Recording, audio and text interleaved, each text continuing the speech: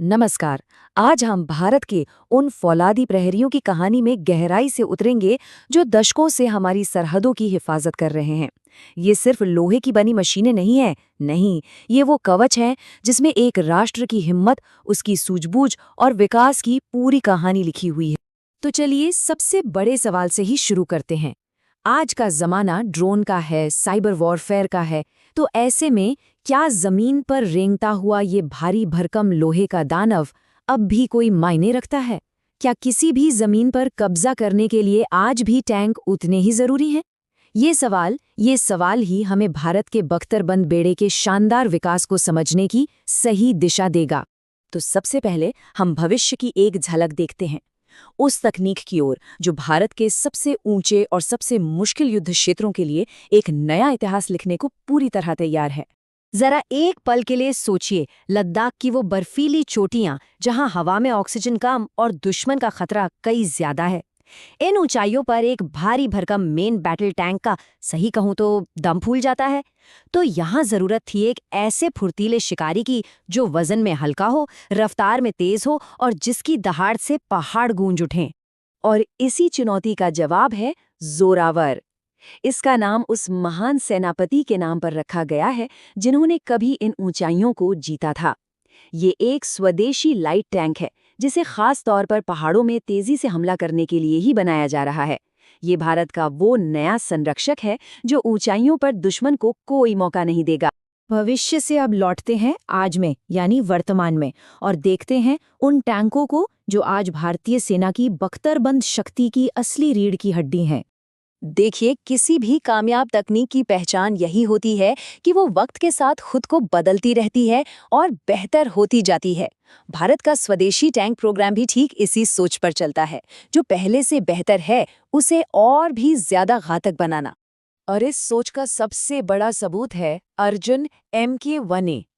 अब देखिए, इसमें जो खास बात है वो है इसका कवच, एक्सप्लोसिव रिएक्टिव आर्मर। मतलब एक ऐसी ढाल जो दुश्मन के गोले को उसी की ताकत से तबाह कर देती है।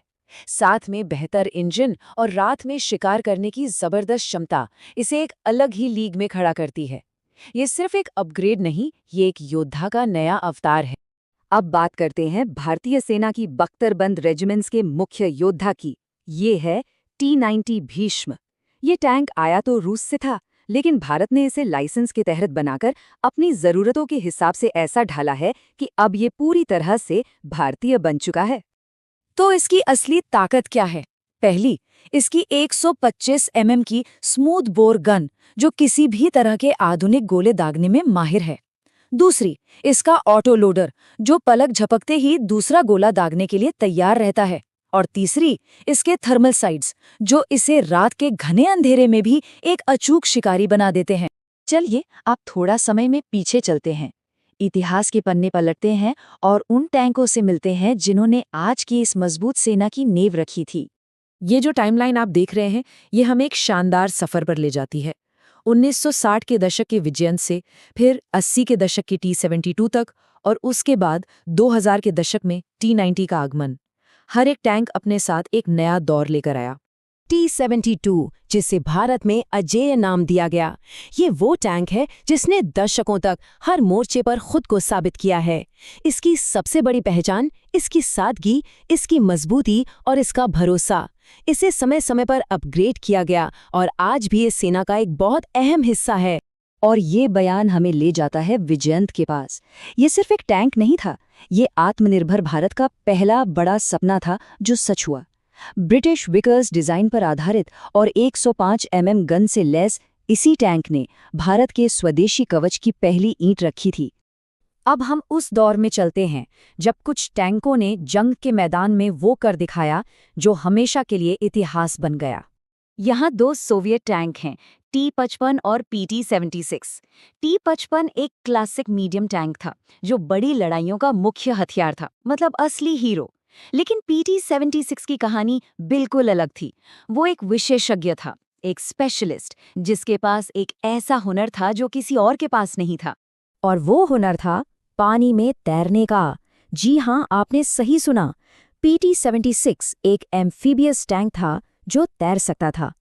1971 की जंग में जब पूर्वी मोर्चे पर नदियां और दलदल सबसे बड़ी रुकावट थीं, तब इसी टैंक ने पानी को चीरते हुए भारतीय सेना को वो बढ़त दिलाई जो आखिर में निर्णायक साबित हुई। जंग के मैदान से अब चलते हैं रिसर्च लैब्स के अंदर। यहाँ वो टैंक जन्म लेते हैं जो शायद कभी लड़ाई में न उतरे, लेकिन भविष्य के योद्धाओं का रास्ता यही तय करते हैं। तो ये टेक्नोलॉजी डेमोन्स्ट्रेटर आखिर होता क्या है? इसे ऐसे समझिए, ये एक प्रायोगिक गाड़ी है। इसे लड़ने के लिए नहीं बल्कि भविष्य के हथियारों के लिए नई टेक्नोलॉजी, नई डिज़ाइन और नए आइडियाज़ को परखने के लिए बनाया जाता है। अर्जुन MK2 एक ऐसा ही बहुत महत्वाकांक्षी प्रयोग था। इसमें और भी ज्यादा मजबूत कवच, शक्तिशाली इंजन और एडवांस सेंसर लगाने की योजना थी। भले ही ये सेना में शामिल नहीं हुआ, लेकिन इससे जो सबक मिले उसने भविष्य के टैंकों का रास्ता साफ कर दिया।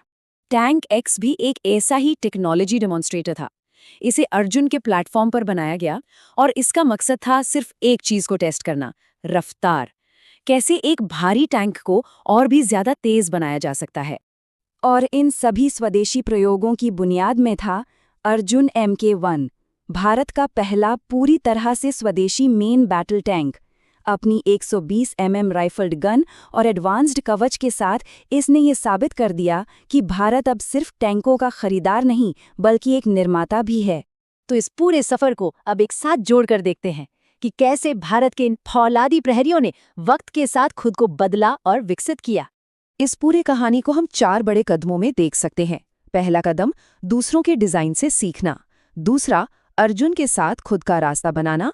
तीसरा कदम, T90 जैसे टैंकों के उत्पादन में महारत हासिल करना। और अब चौथा और सबसे ताज़ा कदम, ज़ोरावर के साथ खास ज़रूरतों के लिए विशेषज्ञ बनना। और यही हमें हमारे आखिरी और सबसे बड़े सवाल पर ले आता है। जब आर्टिफिशियल इंटेलिजेंस और रोबोटिक्स जंग का नक्शा बदल रहे हैं, तो भारत का अगला फौलादी प्रहरी कैसा होगा? क्या वो लोहे का बना होगा या फिर सिलिकॉन का? इसका जवाब तो हमें भविष्य ही देगा।